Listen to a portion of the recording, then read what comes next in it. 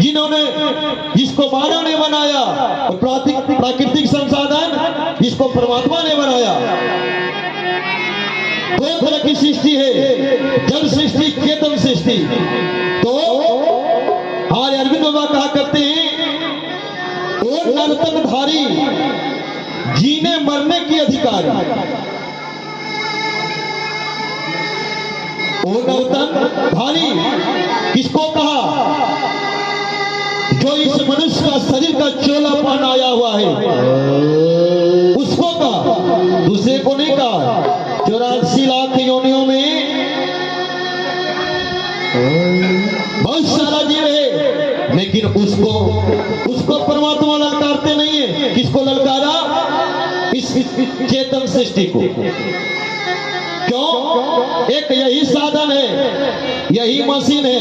ई machine में जितना चीज डाल सकते हैं, मुर्गा डालिए, दरुआ डालिए, सब्जी डालिए, मांस मदिरा जो भी डालिए, इस शरीर में ताकत है पचाने का, कैपेसिटी है। दूसरा शरीर नहीं है। और इस शरीर में एक बात और है, यही शरीर को परमात्मा क्यों ललकारे हैं? क्योंकि एक यही शरीर है, मानव शरीर एकमात्र उपाय है जिससे परमात्मा की भक्ति भजन किया जा सकता है। अन्यथा संसार में कोई शरीर में परमात्मा की भक्ति भजन नहीं कर सकता। मानव शरीर है। इसलिए गोस्वामी तुलसीदास जी लिखे मानव में, आर्य बड़े भागे मनुष्य तन पावा, असुर दुर्लभ सदर कते बड़े भाग्य मनुष्य तन पावा, सुर दुर्लभ सदग्रंथ जी गावा। बड़े भाग्य से मनुष्य का शरीर मिला, इसका मतलब क्या करना है? गोस्वामी तुलसीदास जी लिखे हैं अगला कड़ी में, यह शरीर कैसा है? कैसा शरीर है? साधन धाम मोक्ष कर द्वारा, अपाई न जेहि परलोक सारा।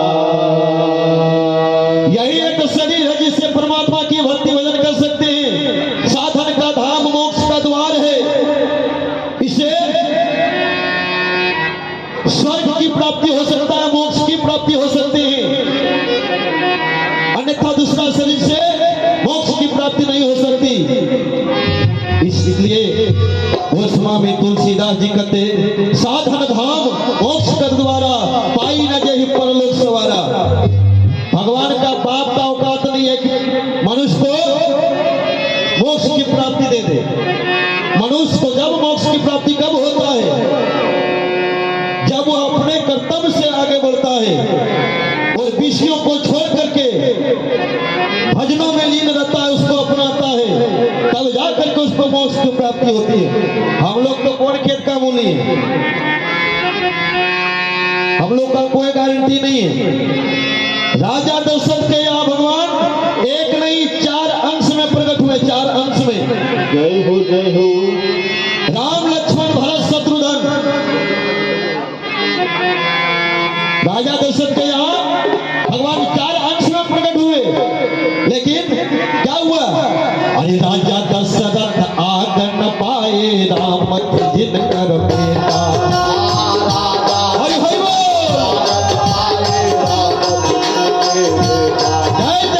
राजा दशरथ आग न पाए, राम जिनकर बेटा।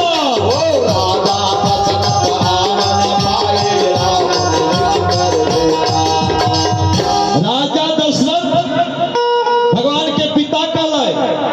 और इतना ही नहीं, पूर्व जन्म में मनुष्य रूपा जो हरिश्चंद्र थे, राजा दशरथ था, और कौशल्या रानी पूर्व जन्म में परमात्मा को भी सिद्ध करके ले आए, वरदान भी मांग लिया। लेकिन क्या उसे मोक्ष की प्राप्ति हुई? नहीं हुआ। वह राजा दशरथ स्वर्ग तक का ही मेहमान रहा, मोक्ष की प्राप्ति नहीं हुई। वही वही दशा द्वापर युग में भी हुआ। अरे सोई गति कृष्ण दशानन की भई, सोई गति कृष्ण दशानन की भई। अरे लागे काल चमेटा, हो लागे काल चमेटा।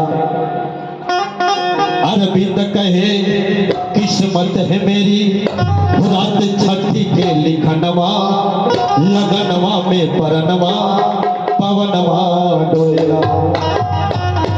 सबका राजा दशरथ, कंस, दशानन, सबका यही हाल हुआ। मोक्ष की प्राप्ति किसी को नहीं हुआ। मोक्ष की प्राप्ति उसे होता है जो पूर्ण रूप से ब्रह्म का ज्ञान हो जाता है, उसे ही मोक्ष की प्राप्ति होती है। जो श्री थोड़ा आगे बढ़ जाएगा।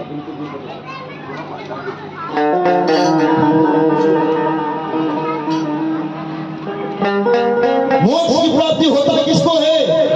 जो गुरु युक्ति से नाम को ढूंढता है। नाम हम सब नाम जपते हैं, लेकिन जानते नाम कितना प्रकार का होता है? एक होता है ध्वनियात्मक नाम,